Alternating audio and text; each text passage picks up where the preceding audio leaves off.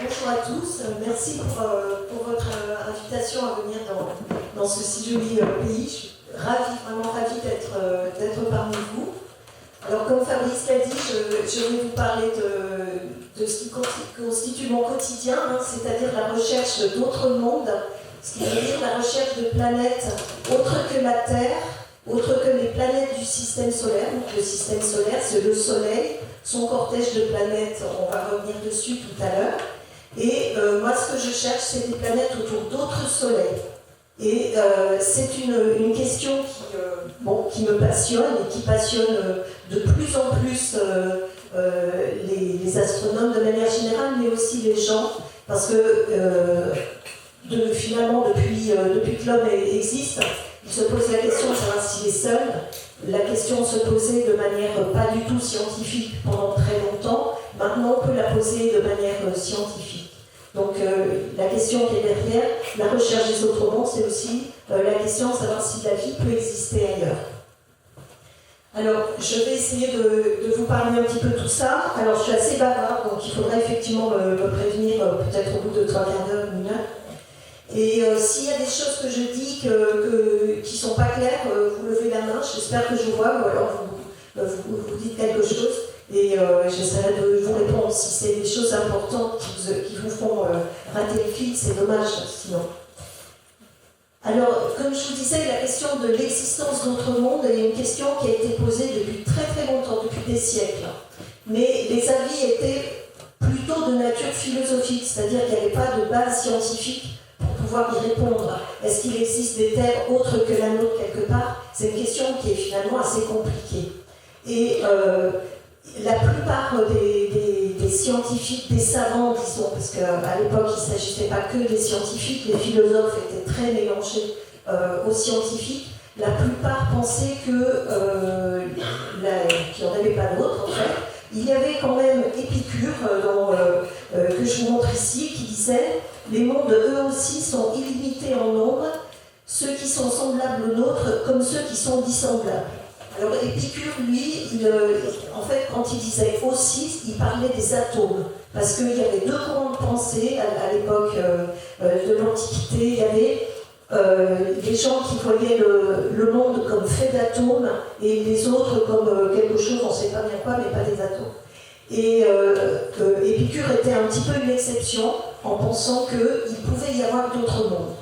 Alors, pendant des siècles, là on est en 300 avant Jésus-Christ, pendant des siècles en fait, le problème a été mal posé. Pourquoi? Parce que dans le système qui était couramment adopté à l'époque, et qu'on appelle le système de Ptolémée, donc un siècle et demi après Jésus-Christ, la Terre était au centre de l'univers. Alors vous imaginez bien que si la Terre est au centre de l'univers, il y a plein de choses qui tournent autour, tout tournait autour de la Terre, le Soleil tournait autour de la Terre, les autres planètes tournaient autour de la Terre, mais une configuration comme ça donne une particularité tellement grande à la Terre que se poser la question de savoir s'il y avait d'autres mondes, d'autres terres, la question ne se posait pas en fait. Et ce système de Ptolémée où la Terre finalement c'est le truc super important de l'univers est resté comme ça jusqu'à peu près au XVe siècle avec la révolution copernicienne. Alors en fait, toute la religion était aussi derrière évidemment parce que les scientifiques dans les temps reculés étaient aussi beaucoup des religieux. Et finalement, ça arrangeait pas mal la religion de se dire que la Terre avait un rôle était unique, finalement, avait un rôle unique dans l'univers. Donc on est resté comme ça jusqu'à la révolution copernicienne en 1500, autour de 1500, et puis avec les travaux majeurs de Galilée, Kepler, Newton, etc. Copernic, qu'est-ce qu'il a fait? Il a pris les choses d'une autre façon. Et il a proposé un système où le Soleil, tous les astres ne tournaient pas autour de la Terre, mais c'était le contraire. C'était le Soleil qui était au centre et les planètes, on en connaissait un certain nombre déjà, jusqu'à Saturne, tournaient autour du Soleil. Et du coup, dès qu'on fait ça, finalement, on change un peu la perspective.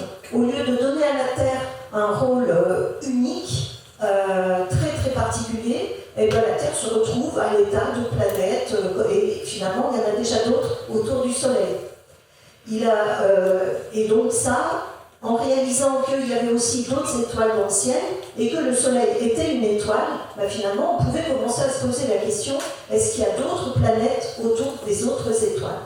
Et c'est comme ça que la question est arrivée. Alors, il a fallu beaucoup d'observations. J'ai dit Galilée, Kepler, avec les lois de Kepler qui nous racontent, qui nous décrivent comment les planètes du système solaire tournent autour du Soleil. Newton, qui était le théoricien de la bande, je dirais, qui a découvert les lois de la gravitation, qui gère justement les mouvements des planètes autour du Soleil, mais aussi les mouvements des étoiles dans la galaxie, etc. Toute la mécanique finalement newtonienne. Et Descartes, dans les années 1600, lui a commencé à conceptualiser un petit peu, à se dire que autour des étoiles, on commençait à avoir la notion des étoiles. Autour des étoiles, il y avait un tourbillon de matière. Il a introduit cette notion de tourbillon de matière dans lequel pouvaient avoir existé des planètes. Alors à partir de là, et c'est très intéressant de le voir parce que Descartes c'était un scientifique, et après les choses ont mis du temps, il a fallu du temps aux scientifiques et aux philosophes aussi de prendre bien conscience de tout ça, de ce que ça voulait dire tout ça. Et je trouve très intéressant que Fontenelle, qui était à la fois un mathématicien, mais surtout qui est connu pour ses écrits, la philosophie, dans ses entretiens sur la pluralité des mondes, il fait dire à une marquise qui parle à quelqu'un, il lui fait dire « Les étoiles fixes sont autant de soleils, notre soleil est au centre d'un tourbillon, donc le tourbillon de Descartes, qui tourne autour de lui. Pourquoi chaque étoile fixe ne sera-t-elle pas le centre d'un tourbillon qui aurait un mouvement autour d'elle? Notre Soleil a des planètes qui l'éclairent. Pourquoi chaque étoile fixe n'en aurait-elle pas qu'elle éclairerait elle aussi? » Et là, tout était dit. C'était vraiment, je pousse le bouchon. Alors, comme Fontenelle, il n'était peut-être pas si courageux que ça. Et vous savez que Giordano Bruno avait eu qui était un savant italien, avait eu des problèmes, il est mort sur un bûcher, pour avoir remis en cause un peu le rôle central de la Terre dans l'univers. Donc Fontenelle, il est un peu prudent, il le fait dire dans un livre à une dame, donc c'est pas lui qui l'a dit. Mais quand même, il pose la question de l'existence d'autres planètes. Alors, il y a eu après un changement, donc là on était au XVIIe siècle, et là on arrive au XVIIIe, qui est à mon avis un siècle absolument extraordinaire pour qui aime la science, avec l'explosion des connaissances scientifiques, l'explosion des explorateurs, des naturalistes, des mathématiciens, des physiciens. Ça devait être une époque assez extraordinaire pour vivre si on avait les moyens, évidemment, d'accéder à la culture. Parce qu'il y a eu en particulier toutes les expéditions qui ont fait découvrir la Terre, découvrir le monde, découvrir la géographie, la nature, etc. Et donc les premières théories, c'est au XVIIIe siècle qu'ont été formulées finalement les premières théories de l'origine du système solaire. Alors il y avait un scientifique qui est assez extraordinaire, qu'on ne connaît pas beaucoup, mais qui s'appelle Buffon, qui était de Dijon, qui était donc un naturaliste de l'époque et qui touchait à tout. C'était vraiment un touche à tout. Et lui, alors il avait proposé un scénario pour expliquer la Terre, comment avait été formée la Terre. Donc lui, il avait pensé qu'il y avait une comète qui était allée se casser sur le Soleil, qui avait pris un petit peu de matière, qui avait éjecté de la matière du Soleil, et que cette matière s'était mise à tourner autour du Soleil, et que finalement c'était devenu la Terre. Alors, on sait que c'est pas comme ça que ça s'est passé jusqu'à maintenant, mais je trouve qu'à l'époque, se proposer une théorie comme ça, c'était sensationnel. Et il a fait des expériences avec des boules qui s'échauffaient, et il étudiait la façon dont elles se refroidissaient, la rapidité, et après il appliquait ça à la Terre en disant, imaginons que la Terre, quand elle s'est formée, elle était chaude, alors si maintenant elle fait cette température, c'est qu'elle a tel âge. Parce que j'ai oublié de vous dire, évidemment, la religion disait que la Terre s'était formée en 7 jours. Donc, il y a du temps à rattraper. Et donc, Buffon, avec ses calculs, il était arrivé à estimer l'âge de la Terre à, je sais plus, quelque chose comme 1 million d'années. Un truc qui n'est pas vrai, mais qui était déjà hautement provoquant pour l'époque. Donc il a entouré ça de beaucoup de précautions pour expliquer ça, parce que finalement, on passait d'une Terre qui avait 7 jours à quelque chose qui avait 1 million d'années. Donc vous voyez, ça pouvait remuer quand même les esprits, en particulier des plus religieux, de ceux qui s'intéressaient au texte de la manière la plus terre à terre. Donc, alors maintenant, on sait que la Terre n'a pas 1 million d'années, mais on a plus de 4 milliards d'années, mais c'était déjà un progrès extraordinaire. Des grands noms qui ont contribué à proposer les premiers modèles de formation donc, du système solaire. Il y a 2 noms à retenir, c'est Kant, le philosophe allemand, et Laplace, qui était un mathématicien, astronome. Tous ces savants, ils s'intéressaient à tout, en fait. C'est ça qui est fabuleux. Aujourd'hui, on est obligé de s'intéresser à un domaine. Il y a tellement de choses à savoir. Et dans le domaine, un tout petit bout, une toute petite partie du domaine, on est extrêmement spécialisé. Alors que les savants du 18e, ils pouvaient s'intéresser à tout. Donc, Laplace a proposé que le système solaire était né d'une nébuleuse, qu'on a appelée la nébuleuse de Laplace, qui se contractait, une nébuleuse de gaz, de poussière, on ne savait pas bien, qui se contractait et qui formait le Soleil et les planètes. Et ça, mine de rien, c'est à la base des théories qu'on utilise encore aujourd'hui. Donc, et on était en 1800. Donc vous voyez, il n'y avait pas de télescope, de très gros télescopes à l'époque, il y avait la lunette de Galilée, mais quand même, avoir des intuitions comme ça, c'est vraiment assez exceptionnel. Alors, évidemment, à cette époque-là, on connaissait le Soleil et quelques planètes.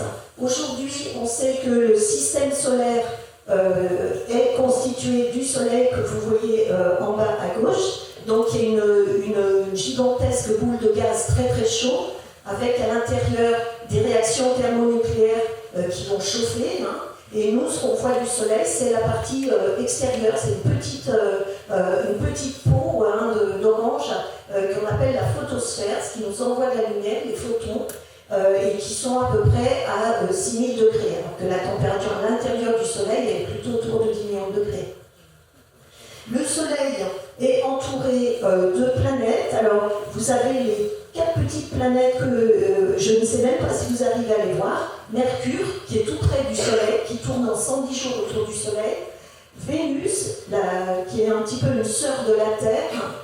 Après, la Terre, qui est à 150 millions de kilomètres du Soleil. On appelle ça une unité astronomique. Mars, ensuite, la planète rouge qui a nourri beaucoup de rêves d'existence de vie, hein, les Martiens, les hommes verts, à la fin du 19e siècle, et qui nourrit encore des espoirs qu'il puisse y avoir des traces de vie précédentes sous la surface de Mars. Donc là, ce sont ce qu'on appelle les planètes telluriques, c'est-à-dire avec un sol rocheux, on est debout dessus. Ensuite, plus loin, on arrive aux planètes, ce qu'on appelle les planètes géantes, Jupiter, Saturne, Uranus, Neptune, en s'éloignant du Soleil. Donc Jupiter est 5 fois plus loin que la Terre du Soleil, elle fait 300 fois sa masse, c'est la planète la plus massive du système solaire, et c'est une planète extraordinaire. Sur chacune de ces planètes, il y aurait une conférence à faire. Jupiter est très très importante, on pense qu'elle a eu un rôle, et Saturne aussi d'ailleurs, dans la formation du système solaire et dans le fait que la Terre est ce qu'elle est aujourd'hui.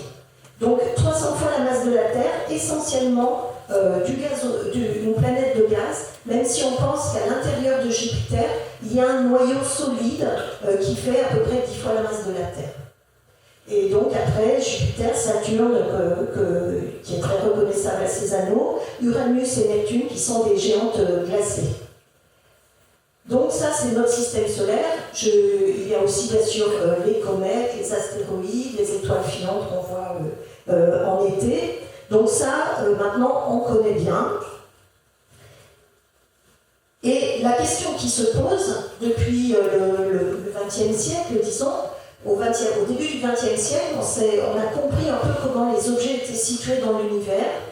On a compris en particulier que le Soleil, qui est une étoile parmi tant d'autres, il ne se balade pas comme ça au hasard dans l'univers, non.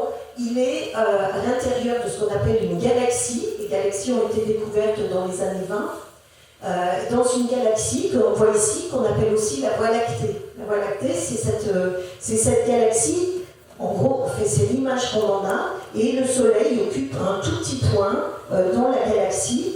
La galaxie telle qu'elle est représentée là, c'est pas une vraie image, parce qu'on n'est pas capable d'aller en dessus pour en faire une image, mais elle doit ressembler à ça. Et dans cette galaxie, il y a 100 milliards d'étoiles. D'accord ? Donc le Soleil n'est qu'une des 100 milliards d'étoiles qui sont dans cette galaxie. Alors 100 milliards, ça commence déjà à être un peu vertigineux, c'est beaucoup. Mais après, il faut savoir qu'il y a dans l'univers, pardon, oh là, c'est parti tout seul, dans l'univers, il y a des milliards de galaxies. On pense qu'il y en a à peu près 2 milliards. Dans cette image-là, que vous voyez, qui a été prise par le télescope spatial Hubble, il y a plus de 1000 galaxies. Donc vous voyez, c'est 1000 galaxies qui contiennent à peu près quelques dizaines de milliards d'étoiles ou quelques centaines de milliards d'étoiles. Donc je ne calcule même plus le nombre d'étoiles qu'il y a dans cette image-là. La question, c'est de savoir maintenant combien il y a de planètes. Est-ce que chaque étoile est entourée d'une planète, de 5 planètes, de 4 planètes, de 0 planète? C'est ça qu'on veut savoir. Donc, combien de planètes dans l'univers? Une autre question qui nous intéresse, c'est de savoir s'il y a des planètes, est-ce qu'elles ressemblent aux planètes du système solaire? Alors, l'homme est ainsi fait que quand il essaie d'imaginer quelque chose d'extraordinaire, il a beaucoup de mal. Donc, en fait, finalement, on se replie toujours plus ou moins sur ce qu'on connaît. Et nous, les astronomes, quand on a commencé à chercher des planètes, on a cherché des planètes qui soient les mêmes que les planètes du système solaire. Ce qui était une erreur, on ne savait pas. Donc la question, c'est à quoi ressemblent les systèmes planétaires? Est-ce qu'ils sont comme le Soleil, avec les planètes solides, les petites planètes près du Soleil, et les planètes géantes à l'extérieur, ou est-ce qu'ils peuvent avoir des configurations différentes? Aussi, est-ce que les planètes ressemblent aux planètes du système solaire? Tout ça, c'est le genre de questions auxquelles nous, les scientifiques, on veut répondre. On veut savoir aussi comment les systèmes planétaires, donc les étoiles et les planètes, se forment.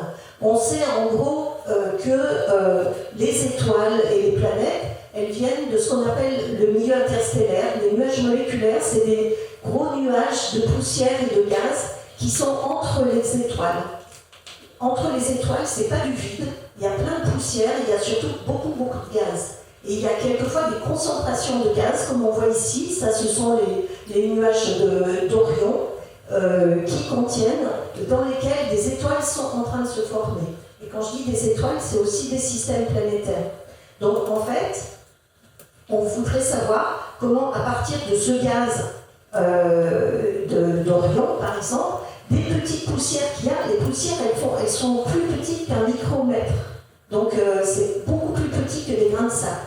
Comment, à partir de ces deux ingrédients, on arrive à faire des systèmes aussi élaborés et aussi gros que le Soleil et que, par exemple, Jupiter, 300 fois la masse de la Terre. Donc il y a évidemment beaucoup d'étapes, ça ne se fait pas comme ça en claquant des doigts, il y a beaucoup d'étapes à franchir et nous, on veut vraiment comprendre chacune de ces étapes. Et si vous voulez, après, si on a du temps après, si je n'ai pas trop parlé, je pourrais vous expliquer un petit peu ce qu'on croit savoir de la formation des systèmes planétaires. Alors donc, pour résumer, on veut connaître la fréquence des planètes, on veut savoir comment elles se forment, on veut savoir si elles sont variées, si elles ressemblent au système solaire, et on veut aussi peut-être chercher s'il y a de la vie ailleurs et comment faire pour la trouver. Donc voilà, vous avez ici les questions qu'on se pose quotidiennement, nous les chercheurs d'exoplanètes.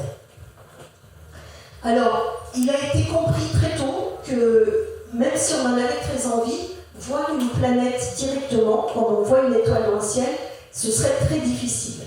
Donc, dès les années 1960-70, les chercheurs se sont dit, on ne va pas chercher à voir les planètes, mais on va chercher à voir des petits effets qu'elles produiraient sur les étoiles autour desquelles elles tournent. Parce qu'en fait, elles s'en produisent justement grâce aux lois de Newton qu'on a vues tout à l'heure, et aux lois de Kepler. C'est-à-dire qu'on sait que le Soleil, par exemple, on va imaginer que ce point-là c'est la Terre, ça c'est le Soleil. La Terre tourne autour du Soleil. En fait, elle ne tourne pas tout à fait autour du Soleil, elle tourne autour du centre de gravité du Soleil système Terre. Ce qui fait que le Soleil, lui, il tourne aussi, il va bouger aussi. Donc si on est capable de voir un petit mouvement de l'étoile dans le ciel, on peut en déduire, avec des équations bien sûr, mais on est capable d'en déduire que là il y a une planète et qu'elle fait peut-être telle masse, elle tourne à telle distance du Soleil. C'est ce qu'on appelle des méthodes indirectes. Alors bien sûr, Jupiter est beaucoup moins massif que le Soleil, la Terre est beaucoup moins massive que le Soleil, donc l'essentiel du mouvement dans le plan du ciel, c'est la planète qui le fait, et l'étoile, elle va tourner très peu, parce que c'est elle qui a la masse. Mais il faut une grande précision pour arriver à détecter le déplacement de l'étoile dans le ciel. Alors, jusqu'à présent, on n'en était pas capable, il y a eu des essais, il y a même eu des astronautes qui ont prétendu, qui ont cru vraiment détecter les premières planètes dans les années 60 de cette façon, et malheureusement, ils s'étaient trompés, parce que c'est vraiment très dur, les mouvements sont très petits, mais l'Agence spatiale européenne a lancé en 2013 un télescope dans l'espace qui s'appelle Gaia, dont vous allez entendre parler parce qu'il est en train de regarder des dizaines de milliards d'étoiles dans le ciel, en fait, et il repère leur position dans le ciel. Et une fois qu'il aura récupéré toutes ces données et qu'il les aura analysées, on pense qu'il va détecter plusieurs milliers de nouvelles planètes extrasolaires. Donc ça va être assez fabuleux. Alors donc, cette méthode, pour l'instant, elle est pleine de promesses, mais elle ne marche pas. Mais on va garder le même principe, si j'arrive à... Voilà. Cette fois-ci, on va essayer, toujours pareil, non pas de regarder le mouvement de l'étoile, mais ses variations de vitesse. Et là, c'est assez génial, je dirais. On va essayer de voir si l'étoile, dans son mouvement, comme elle tourne, elle bouge dans le ciel, elle va changer de vitesse au fur et à mesure de son mouvement. Donc si on mesure sa vitesse, au cours du temps, on va la voir bouger. Alors de nouveau, c'est très très peu. Si on prend par exemple Jupiter, elle va bouger de 13 mètres secondes sur 12 ans, qui est le temps que met Jupiter pour tourner autour du Soleil. Finalement, le Soleil va tourner pareil en 12 ans, et il va changer de vitesse de 13 mètres secondes. Et pour la Terre, c'est de 8 cm par seconde. Alors, ce qu'il faut imaginer, c'est qu'on va chercher à détecter, on va mesurer la vitesse d'une étoile par rapport à nous, et on va chercher des variations de vitesse de quelques mètres par seconde. C'est l'équivalent, en gros, de la vitesse entre la vitesse d'un escargot et d'une tortue. D'accord ? On est à des dizaines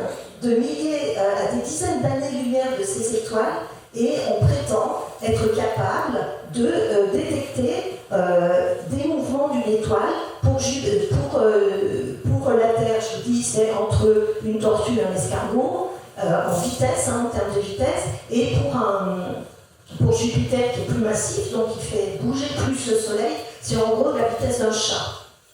D'accord ? Donc on va surveiller la vitesse de l'étoile pendant 12 ans, et on va attendre qu'elle se soit déplacée à la vitesse d'un chat au cours de son mouvement pendant ces 12 ans.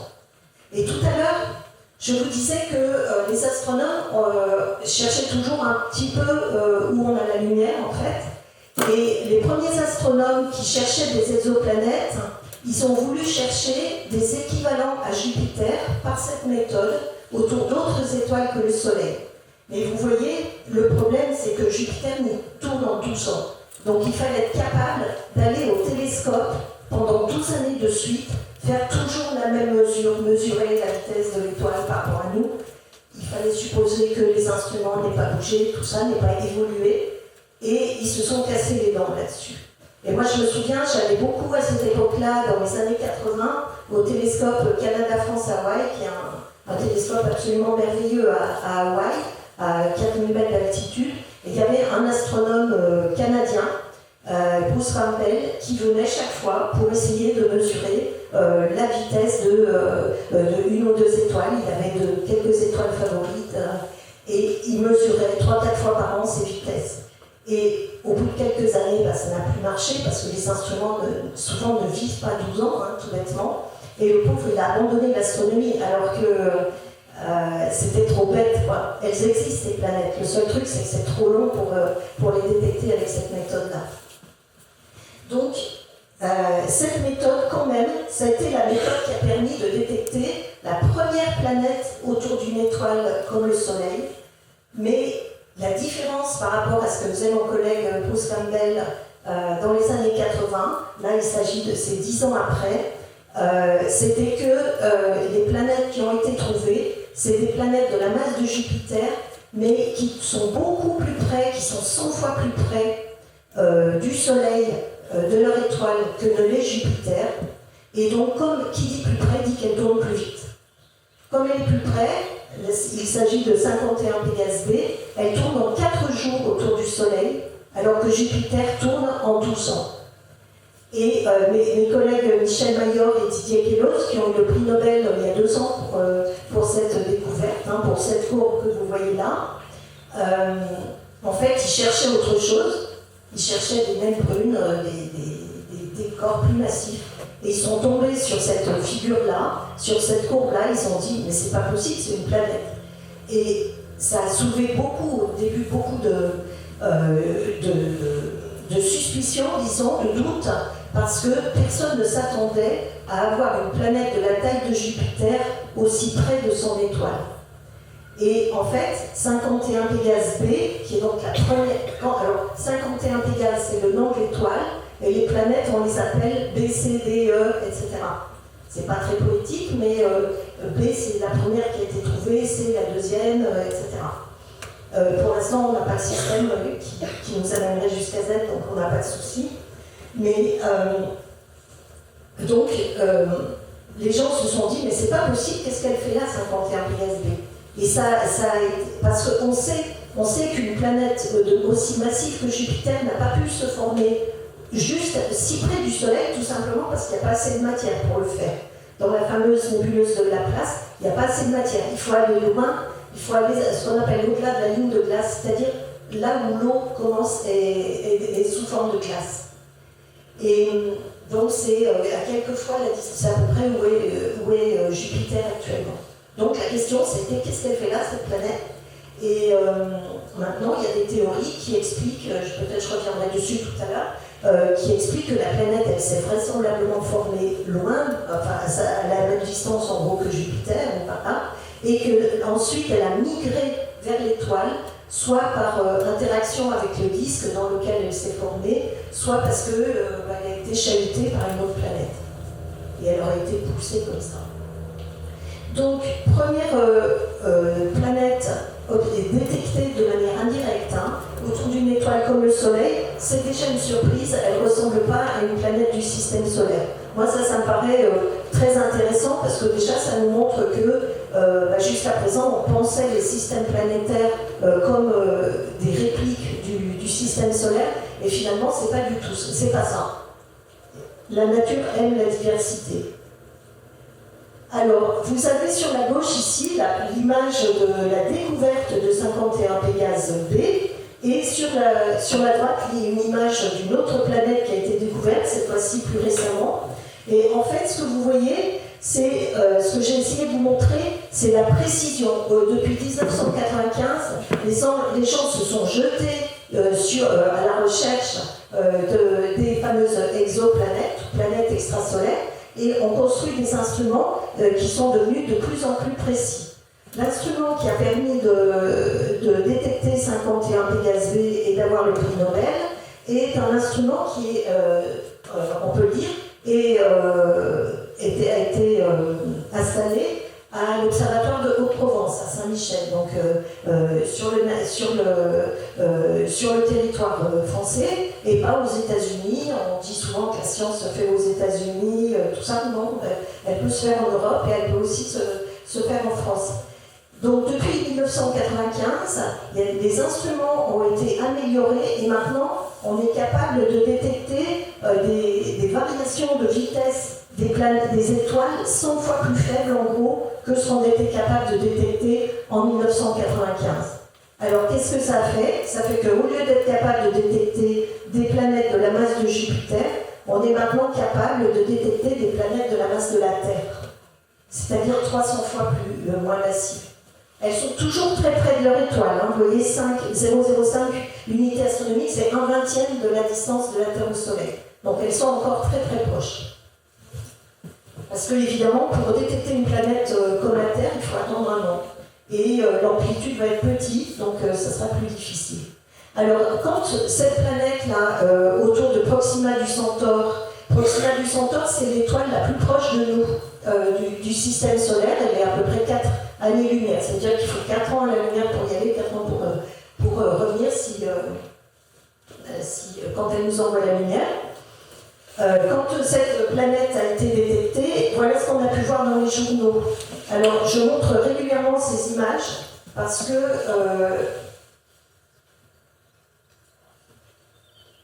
excusez-moi, parce qu'on voit beaucoup dans la presse de très très belles images des planètes. Donc là, vous voyez, c'est des images de Proxima du Centaure avec une Terre, quelquefois avec de l'eau, quelquefois avec du feu, du magma. Tout ça sont des images d'artistes. C'est pas des vraies images, attention, ne vous faites pas prendre au jeu. Là, ce qu'on connaît sur Proxima du Centaure, c'est ça. D'accord? Et je le montre régulièrement, très régulièrement, parce que c'est un petit peu irritant pour les gens comme nous qui cherchons à faire des images de planètes. C'est un petit peu irritant de dire, nous on a fait une image de planète et puis on nous dit, moi j'en ai vu dans le Newsweek la semaine dernière, c'était beaucoup plus beau. Bah oui, c'est plus beau, mais c'est pas vrai, c'est des images d'artistes, des illustrations. D'accord? Donc voilà ce qu'on connaît, et c'est extraordinaire, parce que c'est la signature indirecte d'une Terre autour d'une autre étoile que le Soleil. Alors, depuis la détection, il y a 3 ans, en 2016, il y a 5 ans, de Proxima du Centaure B, avec un instrument qui était un instrument extraordinaire, qui s'appelle ARPS, qui était installé sur un télescope de 3,60 m au Chili. Depuis, les instruments ont encore progressé, et il y a un nouvel instrument sur le Very Large Telescope, cette fois-ci donc un télescope de 8 mètres, qui a refait les mêmes observations, et vous voyez comme la courbe est beaucoup plus belle sur la droite que ici, simplement parce qu'on a un meilleur instrument. Et en analysant les lumières de l'étoile, les vitesses radiales de l'étoile, des collègues ont montré que non seulement il y avait cette planète-là, mais il y en avait peut-être encore une autre qui ferait 1/3 de la masse de la Terre. Donc vous voyez, je vous racontais tout à l'heure l'histoire de la tortue, etc., on est vraiment capable de mesurer les vitesses des étoiles avec une précision absolument incroyable. Donc ça, c'est une très très belle méthode pour détecter des terres. Et la question qui se pose, c'est, pendant très longtemps, les gens ont pensé qu'avec cet instrument, il serait possible de détecter des planètes de masse terrestre à la distance de la Terre. Donc ça veut dire observer des variations comme ça, mais sur un an, au lieu de les observer sur 4 jours. Et alors en fait, ce qu'on a montré avec une collègue, on s'est dit, comment on fait pour savoir? Alors on s'est mis à regarder le Soleil, le cas du Soleil. Le Soleil, je vous ai dit, c'est une boule de gaz qui est chaud, à peu près 6000 degrés. En fait, c'est pas que ça. Le Soleil, c'est à la surface des granules que vous voyez sur la gauche, qui sont des structures à peu près de la taille de la France, quelque chose comme ça, qui bougent sous l'effet de la convection, comme de l'eau qui bout, si vous voulez, des taches solaires qu'on voit très bien quand on fait de l'astronomie amateur, ces taches que vous voyez sombres, qui sont des taches plus froides à la surface du Soleil, et puis des grandes éruptions qu'on appelle des flares en anglais, des éruptions absolument énormes, de matière très très chaude, de plasma chaud. Et en fait, avec une collègue, en étudiant tous ces mouvements-là, on a montré que toutes ces petites choses à la surface du Soleil créaient des variations de vitesse radiale du Soleil. Et que si on voulait détecter, si on compare les variations que l'on cherche du Soleil, de la vitesse du Soleil due à la Terre, c'est la petite courbe verte que vous voyez là.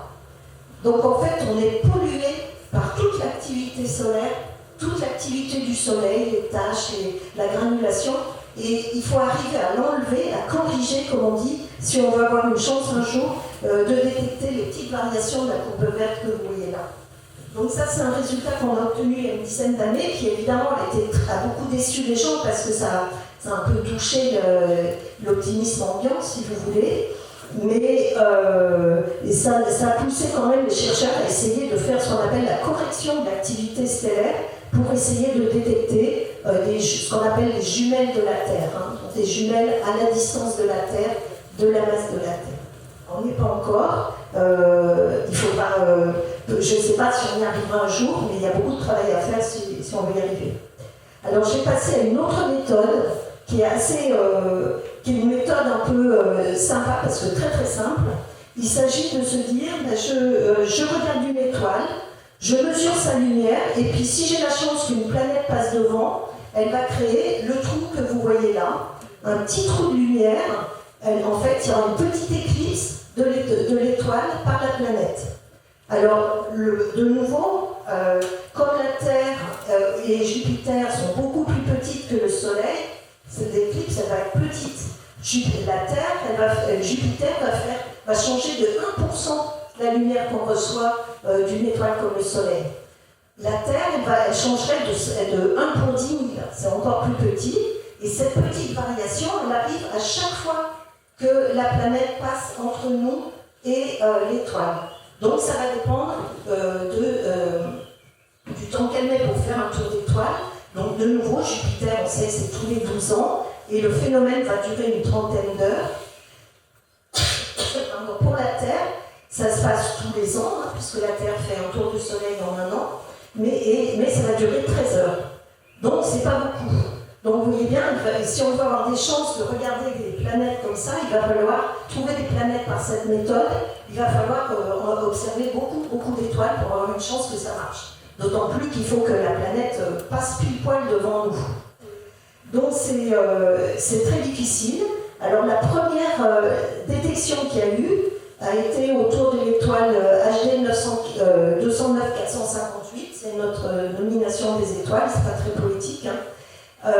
Et c'était une planète qui avait été découverte d'abord en vitesse radiale, et ils ont regardé pour voir si jamais il y aurait ce qu'on appelle un transit, c'est-à-dire une éclipse qui passe, une planète qui passe devant, et l'éclipse a bel et bien été détectée par un collègue américain, David Charbonneau, dans les années 2000.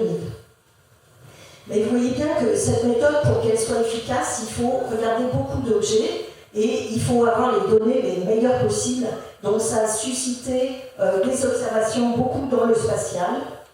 Et le premier instrument spatial, télescope spatial dédié à la recherche des planètes en transit, c'était un instrument qui a été lancé par le CNES, donc en France, et il a été suivi par deux télescopes américains qui ont donné énormément de résultats. Et de nouveau, entre 2000 et 2012, vous voyez, on a gagné à peu près un facteur 100, c'est-à-dire on est 100 fois plus précis. Et maintenant, on peut détecter, en 2000, c'était une planète d'une taille de Jupiter, et maintenant, c'est à peu près une planète d'une taille de la Terre. De nouveau, ce sont des planètes qui sont assez près des étoiles, mais on est quand même capable de détecter des petites planètes comme ça. Alors, vous allez entendre de la musique qui va peut-être vous rappeler quelque chose. Mon but, c'est pas de vous faire écouter la musique, c'est de vous dire que chacun des systèmes qui est là Donc ça, c'est les résultats du satellite américain Kepler, qui a été lancé et qui, pendant plusieurs années, a regardé le même champ du ciel, des dizaines de milliers d'étoiles dans un champ, pour chercher des planètes.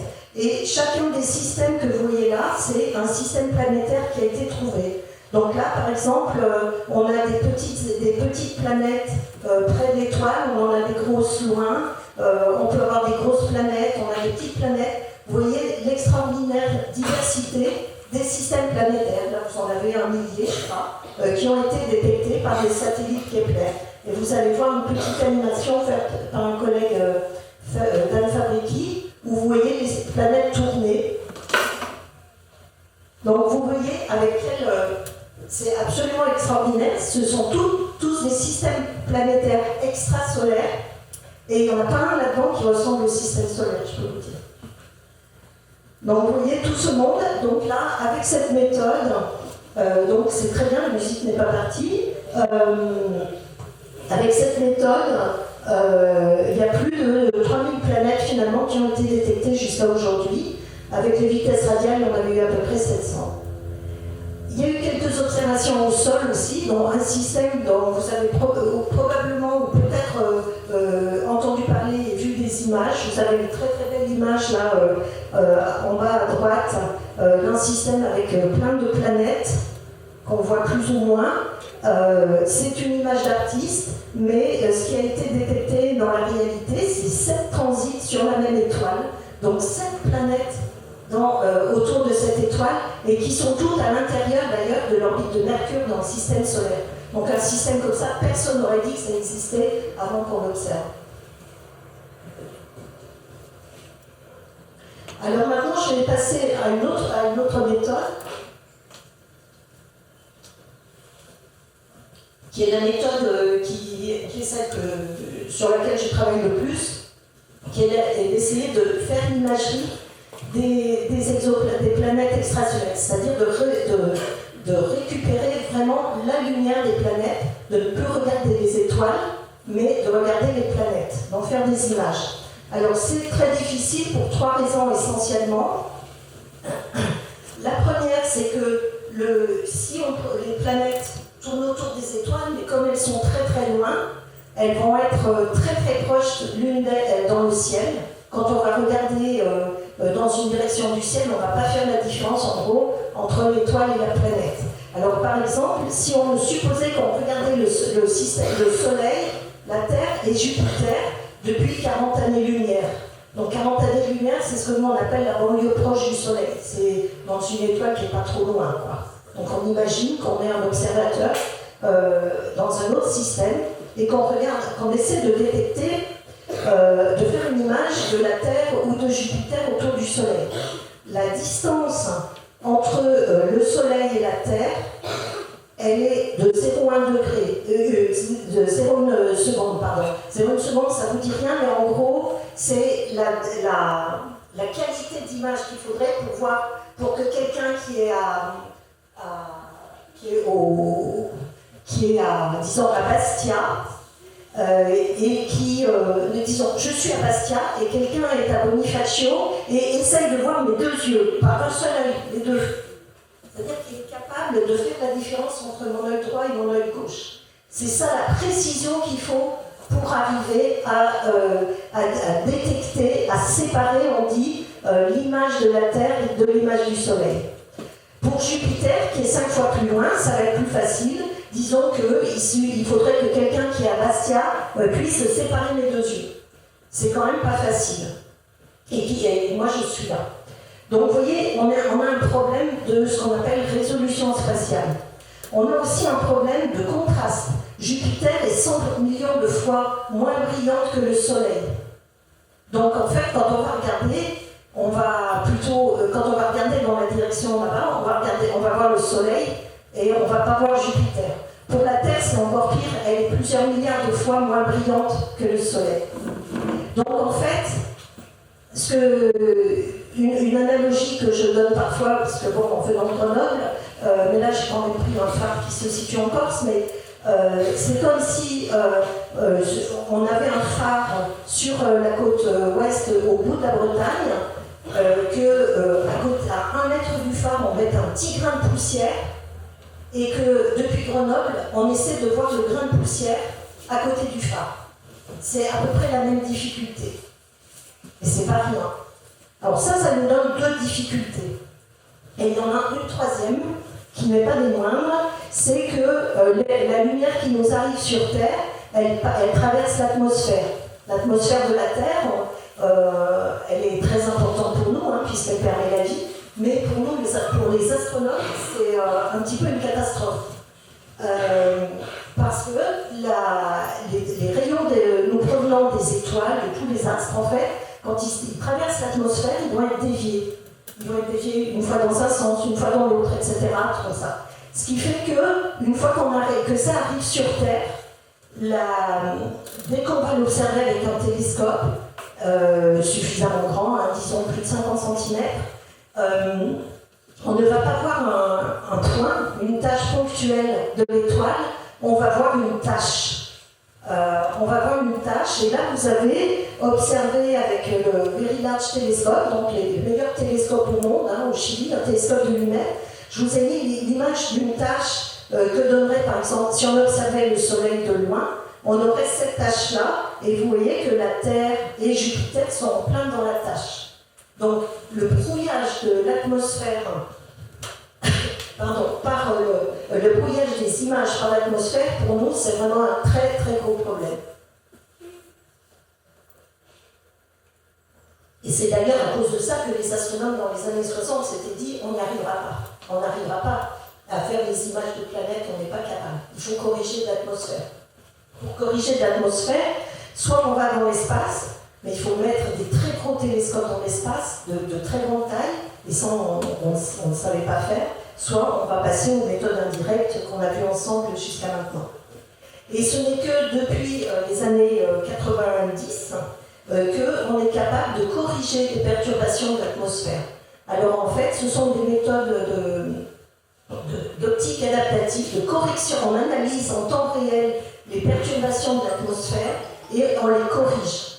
Et ça, c'est des méthodes qui avaient été initialement mises au point par des militaires qui, eux, ne cherchaient pas spécialement à regarder en l'air, mais voulaient regarder en bas ou comme ça, et ils étaient quand même gênés par l'atmosphère, et qui ont été ensuite mises à la disposition de l'astronomie, grâce en particulier au professeur Pierre Lénard en France. Et les premiers systèmes de correction des perturbations atmosphériques dans le monde ont été faits en France, avec l'Observatoire de Paris, l'ONERA, et puis ensuite l'Observatoire de Grenoble. Et c'est ainsi qu'on a pu, dans les années, à la fin des années 90, avoir des corrections très très bonnes, au début 2000, pour nous permettre de faire des images de planètes. Alors pour vous illustrer rapidement les effets, donc on part de la vision apocalyptique que je vous ai dit, un problème dû au fait que les planètes sont pas assez lumineuses, qu'elles sont trop près des étoiles et que l'atmosphère nous gêne. Donc là vous avez la même image que tout à l'heure mais en couleur, d'une planète observée avec un instrument qu'on a construit, qu'on a installé au Chili ces dernières années. Vous voyez une tache très très floue, d'accord, de l'étoile. Une fois qu'on corrige des perturbations atmosphériques avec nos systèmes d'optique adaptative, vous allez voir exactement la même échelle, la même étoile. Voilà ce qu'on va voir. Donc vous voyez, on a rassemblé, on a concentré la lumière dans un tout petit point, ce qui fait qu'on va être capable de commencer à regarder ce qui se passe autour de l'étoile. Avant, on ne voyait rien. Donc avec ce système-là, on est capable de voir des objets qui sont à peu près 1000 fois plus faibles que l'étoile qui est au centre, le point très brillant. Alors 1000 fois, c'est très bien, mais ça ne suffit pas. Donc il faut encore on est encore gêné par le point au centre, donc qui est l'étoile. Donc on va cacher l'étoile. Donc ce qu'on appelle faire de la coronographie, on va mettre un masque artificiel, on va faire une éclipse artificielle de l'étoile qui va nous permettre de voir ce qu'il y a autour. Alors là, on est toujours à la même échelle. Vous voyez qu'il y a des zones noires qui sont apparues. Et en fait, on a gagné encore un facteur 10, c'est-à-dire on est capable de détecter un objet qui est 10 000 fois plus faible que l'étoile. Mais ça ne suffit pas. Et après, il faut encore réfléchir et travailler beaucoup. en traitant, j'allais dire en jouant, parce que nous on dit qu'on joue avec les données, mais en traitant les données informatiquement pour enlever le bruit qui reste.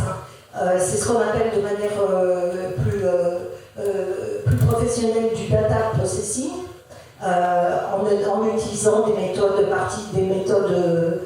particulières d'intelligence artificielle, des choses comme ça, de manière à faire tomber encore la lumière de l'étoile. Et à ce moment-là, avec les méthodes qu'on a les meilleures aujourd'hui, on est capable d'observer des objets qui sont 1 million de fois plus faibles que l'étoile à côté de laquelle elle tourne.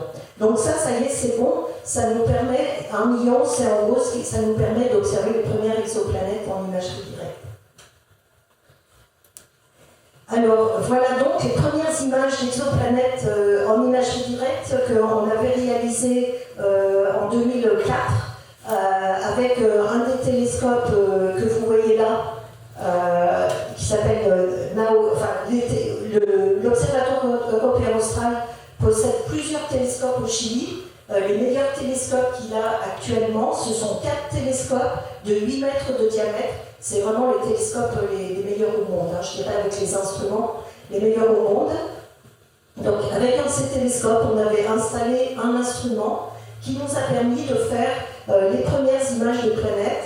Et vous voyez, les premières images de planètes, c'est pas des choses très, très colorées, c'est ça. C'est ce petit point que vous voyez là. On orbite autour de cette étoile qui est cachée ici derrière le masque, mais il reste quand même un petit peu de lumière autour. Et un autre petit point ici, autour de cette fois-ci, une naine brune, qui est un objet qui est de masse entre les étoiles et les planètes. Et ça, c'était la première fois qu'on faisait l'image avec Gaël Chauvin, qui a porté l'étude, un de mes anciens étudiants. C'était le mieux qu'on pouvait faire avec ça, avec ces instruments, c'est de détecter ce petit point. Alors ce petit point n'est pas très spectaculaire pour une image de couverture de New Scientist ou d'autres, mais elle nous apporte énormément d'informations. Elle nous montre quoi? Déjà, elle nous montre qu'on a un objet qui fait à peu près 10 fois la masse de Jupiter, donc des planètes géantes massives, très massives, qu'on ne connaissait pas jusqu'à maintenant. On voit aussi qu'il est à peu près à 250 fois la distance de la Terre au Soleil. Là encore, si vous cherchez dans le système solaire, ça n'existe pas. Donc encore une nouvelle rareté. C'est un objet qui est très jeune, qui fait 30 millions d'années. Donc on commence à détecter des planètes jeunes qui vont nous apprendre comment les planètes se forment, justement. Et on connaît la température de l'objet, etc. On apprend plein de choses rien qu'en détectant des photons de la planète. Alors tout à l'heure, Fabrice a parlé d'une autre étoile, d'une autre planète qu'on a détectée. Donc il s'agit de Beta Pictoris. Donc Beta, c'est dans les constellations. Donc ça, c'est une constellation de l'hémisphère sud qui s'appelle l'Atelier du Peintre, Pictoris. Alors l'étoile la plus brillante de cette constellation, on l'appelle Alpha, après Beta, Gamma, etc. Donc c'est la deuxième étoile la brillante de l'Atelier du Peintre, et on la voit que depuis l'hémisphère sud. Et donc on a détecté ce petit point blanc en haut à gauche qu'on voit ici, dans des données qu'on avait prises en 2003 avec notre instrument que vous voyez là-bas, NAOS. Donc c'est un instrument, c'est pas tout petit un instrument, hein. Le télescope est très gros, et notre instrument là il fait plus de 2 tonnes, il fait 2 tonnes et demie. Donc c'est vraiment des choses assez grosses, et qui nous a permis donc de détecter une planète ici autour de Beta Pictoris. Alors en fait, la première fois qu'on l'a vu, on n'était pas sûr que ce soit une planète. Donc quand on a détecté ça, c'était en 2008, les observations dataient de 2003. On a essayé de la réobserver, on ne l'a pas vue. Donc j'expliquais à Fabrice à midi qu'une découverte, ça pouvait générer beaucoup plus d'angoisse que quelquefois de satisfaction. Parce que moi, quand j'ai trouvé ce point-là, j'ai demandé du temps pour réobserver, et c'était en 2008 et on ne voyait rien. Et on n'a rien vu. Et du coup, qu'est-ce que c'est? Et en fait, c'était tout simple, c'est qu'en 2008, la planète était passée derrière l'étoile, on ne pouvait pas la voir. Il a fallu attendre 2009 pour la voir, elle était passée de l'autre côté. Donc je peux vous dire qu'on passe des nuits sans soleil. Et du coup, cette planète-là, elle est extrêmement intéressante parce que l'étoile est proche, donc c'est un système qu'on va pouvoir observer facilement, et la planète est très proche. Et comme la planète est très proche, elle va tourner très vite autour de son étoile. Alors quand je dis très vite, là on la voyait à peu près la même, à 9 fois la distance de la Terre au Soleil, donc à peu près à la distance de Saturne. Donc elle va tourner en 20 ans. Je peux vous dire que 20 ans pour un astronome, c'est rien. C'est très, très rare, des événements qu'on peut suivre sur une échelle de temps, sur une vie d'astronome, quoi. Et là, ce que je vous propose, donc le système de Beta Pictoris est entouré d'un disque qu'on voit ici, hein, c'est un disque de poussière, et c'est avec ce disque de poussière-là, d'ailleurs, que 10 ans plus tôt, avec un de mes étudiants, en étudiant la forme du disque, on avait prédit l'existence de la planète. Mais il nous aura fallu quelques années pour montrer qu'elle était là. Et alors du coup, ce qu'on va faire maintenant, je vais vous montrer toutes les images qu'on a faites à la suite de la découverte de Beta Picc B. Et maintenant, vous verrez qu'on est capable de suivre la planète pratiquement sur toute son orbite. Et c'est le seul objet qu'on connaisse sur lequel on fait ça. C'est la seule planète extrasolaire qu'on voit tourner comme ça à ce point autour de son étoile. Hop, là on l'avait perdue en 2016, paf, on l'a retrouvée en 2018. Elle était passée devant, et voilà ce qu'on a. Alors vous voyez, c'est que des petits points, mais c'est quand même assez magique de se dire que là, aujourd'hui, vous voyez une planète extrasolaire tourner autour de son étoile. Alors, voilà, un autre système maintenant que je voudrais vous montrer, après je crois que ce sera le dernier que j'avais prévu de vous montrer, qui est un système qu'on a découvert il y a 2 ans, avec un instrument qu'on a construit et qui équipe un des télescopes du Chili, qui est spécialement dédié à la recherche des exoplanètes. Et vous voyez ici une tache, là, la tache blanche, vous la voyez? Ouais. Il s'agit d'une planète, cette fois-ci, qui est encore plus jeune que les autres, qui fait une dizaine de millions d'années, et qui est à peu près à 25 fois la distance de la Terre au Soleil. Mais ce qui est très intéressant, c'est que tout autour, vous avez une espèce d'anneau de matière, et cet anneau de matière, c'est le disque protoplanétaire, c'est le berceau de la formation des planètes. C'est là, la planète, elle s'est formée à partir de la matière. Vraisemblablement, initialement, le disque allait beaucoup plus près de l'étoile, et la planète, en se formant, a balayé le disque, a récupéré la matière qui était dans le disque et a laissé un trou dans le disque. Et c'est exactement ce que prédisent les modèles de formation des planètes. Donc vous voyez, excusez-moi, j'ai la voix qui se casse, je ne vois pas. Donc ce qu'on voit ici, c'est vraiment une planète, un système planétaire en train de se former. Et on le voit tellement en train de se former qu'on a des preuves qui se forment vraiment, qui ont été obtenues 1 an après la découverte. C'est l'image en haut à droite. Vous voyez ici. Ces images sont prises toujours avec des télescopes au Chili. Donc toujours avec les télescopes de l'ESO au Chili, mais dans des longueurs d'onde différentes, dans des domaines qui vont nous donner des informations différentes. Là, on va voir la matière qui accrète sur l'étoile, du gaz qui accrète.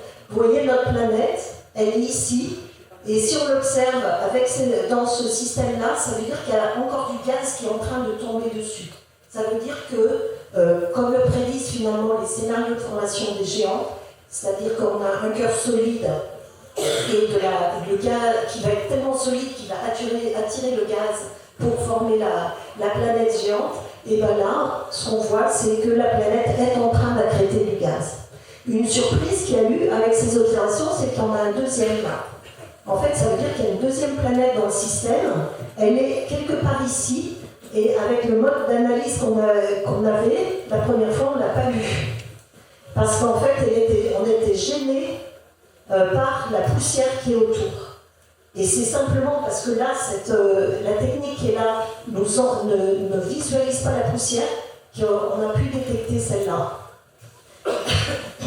Et là, je vous montre une image qui a été faite avec une troisième technique, avec un très très grand radiotélescope, un interféromètre radio qui est aussi dans le désert d'Atacama au Chili, comme les autres instruments, mais qui est un instrument mondial, parce que ça coûte tellement cher que là, tous les pays du monde se sont mis ensemble pour le construire. Il s'agit du radiotélescope ALMA. Alors, ALMA était capable de détecter ici, donc ALMA, c'est dans des longueurs d'onde qui permettent de voir la poussière millimétrique. Donc là, vous voyez un très très bel anneau. Et vous voyez ici que la planète, là, qu'on avait très bien vue avec nos données, on la voit à peine ici. En revanche, la deuxième, on la voit bien ici. Et ça veut dire qu'il y a encore des poussières, il y a probablement un disque de poussière autour de cette planète-là. Donc ces deux planètes n'ont pas le même état d'évolution. Donc vous voyez simplement avec l'imagerie telle qu'on est capable de la faire aujourd'hui, tout ce qu'on est capable de comprendre, c'est absolument extraordinaire de voir des planètes en train de se former. C'est quelque chose d'assez inouï, je trouve. Voilà. Ah, mais si ça s'arrête. Bon, alors voilà. Là, je vous ai fait un petit panorama de toutes les planètes qui ont été imagées à ce jour. Il n'y en a pas beaucoup. Toutes celles qui sont en haut, d'ailleurs, c'est des planètes un peu grosses. Il n'y en a pas beaucoup, mais chacune d'entre elles donne des informations absolument incroyables sur la formation des systèmes planétaires. Et on a détecté également énormément de disques, ces fameux berceaux de formation des étoiles. Et vous voyez que ces disques qu'on a détectés avec notre instrument sphère, vous voyez qu'ils ont des formes très particulières, des spirales, des ellipses, etc. Et il se pourrait bien, on n'est pas sûr, mais il se pourrait bien que toutes ces structures soient dues à des planètes qu'on n'est pas encore capable de voir, mais croyez-moi, on les observe pour essayer de les trouver.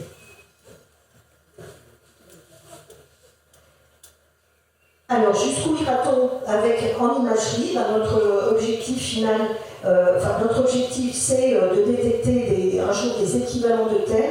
Et là, je voudrais juste parler de l'ELT, Extremely Large Telescope, que l'Europe est en train de construire au Chili. Donc, un télescope de 40 mètres de diamètre. Donc, il ne tiendrait pas là, qui est construit dans la cordillère des Andes, juste en face de l'observatoire Paranal Coloyela. Et avec l'ELT, il va être installé, il va avoir la première lumière en 2026. On espère qu'en 2035, peut-être, on sera capable de détecter des super-terres, des analogues à la Terre, plus ou moins, en imagerie. Mais d'ici là, on va observer d'autres planètes avec. Alors, je vais vous faire un petit panneau ici.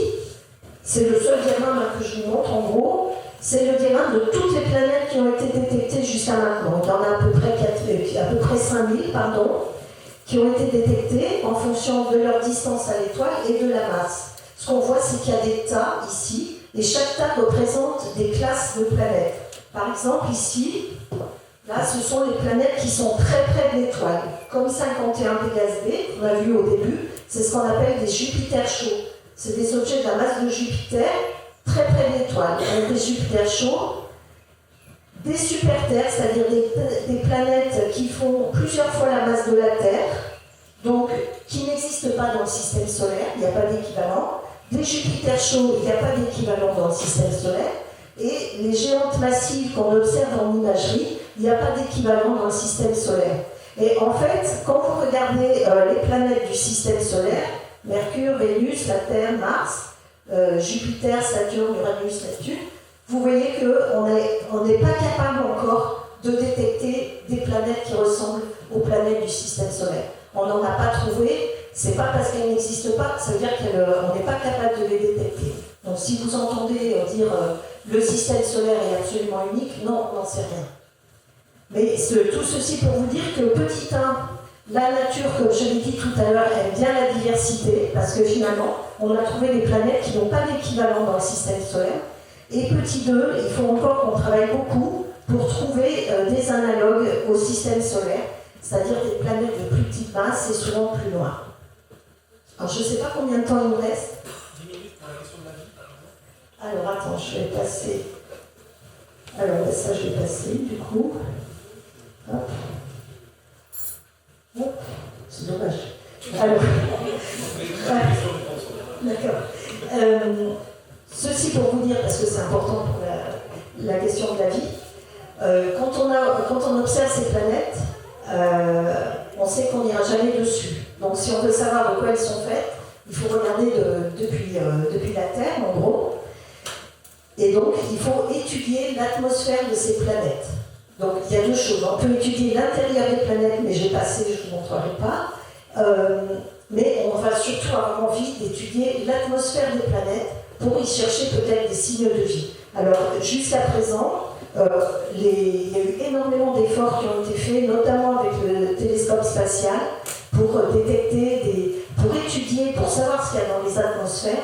Et ça se révèle très très compliqué parce qu'il y a beaucoup de nuages, de brouillards, de choses comme ça qui font qu'on ne voit pas bien ce qu'il y a dessous. Dans nos images, quand on est capable d'étudier, de coupler des techniques qui permettent d'étudier les atmosphères avec l'imagerie, comme vous voyez à droite, sur Beta Pictoris B, on voit la forme de la courbe qu'on a, qui est un spectre, hein, c'est la lumière dispersée, c'est un peu comme un arc-en-ciel, hein, comme si vous faisiez passer la lumière dans un prisme. On voit des signatures, des petits pics, qui sont caractéristiques de la présence de certaines molécules. Et par exemple, là, dans Beta-Pic, on a ces pics-là, qui nous disent qu'il y a du monoxyde de carbone dans l'atmosphère de la planète. Les grandes vagues là nous disent qu'il y a de l'eau dans l'atmosphère de la planète, de l'eau vapeur. Hein. Dans le système du bas, le gros trou nous dit qu'il y a du méthane. Tout ça, c'est des éléments importants qui vont nous permettre de comprendre quelle est la chimie de l'atmosphère et ce qu'il y a dans l'atmosphère. Qui va aussi nous donner sa température, etc. Les conditions physiques à la surface de l'atmosphère. Donc vous voyez, là, je vous ai dit, on a répondu déjà à pas mal de questions. La fréquence des planètes, on sait qu'il y en a beaucoup. Il y a probablement, chaque étoile est très probablement entourée d'au moins une planète. La formation, je n'ai pas trop eu le temps de vous en parler, mais je vous ai dit qu'il y avait des planètes, par exemple, le fait de voir des planètes dans les berceaux dans les disques nous conforte dans les théories de formation des systèmes planétaires. La diversité, ça explose. Il y a une diversité extraordinaire qu'on n'avait pas envisagée jusqu'à maintenant. Pour l'instant, les signes de vie, on n'a rien fait. Pourquoi ? Parce que c'est extrêmement compliqué. Donc, dans les défis qu'il nous reste à relever, on voudrait détecter des signes de vie, détecter des analogues à la Terre, détecter des analogues aux germes du système solaire, savoir si le système solaire est unique ou pas, par exemple. Alors, sur la vie, la question de la vie, c'est extrêmement compliqué. La vie sur Terre, on a des idées de la façon dont elle a émergé. On sait des conditions nécessaires. On sait que vraisemblablement, il fallait qu'il y ait de l'eau liquide. Qu'il fallait qu'il y ait du carbone, parce que la chimie qui est sur la Terre est à base de carbone, hein, toutes les molécules organiques, il faut du carbone. Il faut qu'il y ait une atmosphère, vraisemblablement. Peut-être un champ magnétique, là il y a des gros débats là-dessus, mais en général on dit que si la planète n'a pas de champ magnétique, on est très mal, parce que le champ magnétique nous protège des matériaux de très haute énergie, des particules de très haute énergie que le Soleil nous envoie régulièrement. Si le Soleil, si l'atmosphère, la haute atmosphère ne les arrêtait pas, les faisait retomber comme ça sur l'épaule, on n'existerait pas. C'est d'ailleurs pour les raisons pour lesquelles les voyages dans l'espace c'est assez compliqué aussi à cause de ça, parce que les pauvres astronautes ils sont bombardés par des particules de haute énergie.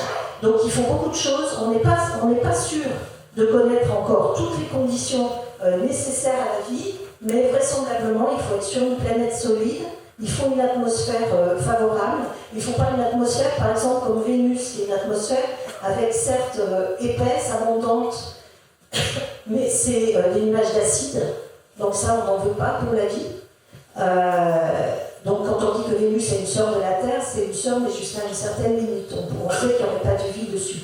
Il ne faut pas qu'une atmosphère comme celle de Mars, par exemple. Mars a une toute petite atmosphère très ténue en dioxyde de carbone, ça ne suffit pas. Il faut qu'il y ait une atmosphère que j'appelle favorable. Et il faut être dans la zone habitable, c'est-à-dire dans la zone en distance par rapport à l'étoile où l'eau est liquide.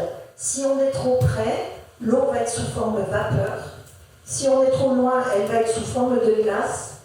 Et il faut être dans cette toute petite zone-là, qui est schématisée ici en bleu, dans laquelle l'eau est liquide à la surface d'une planète. C'est le cas de la Terre, par exemple, en ce moment.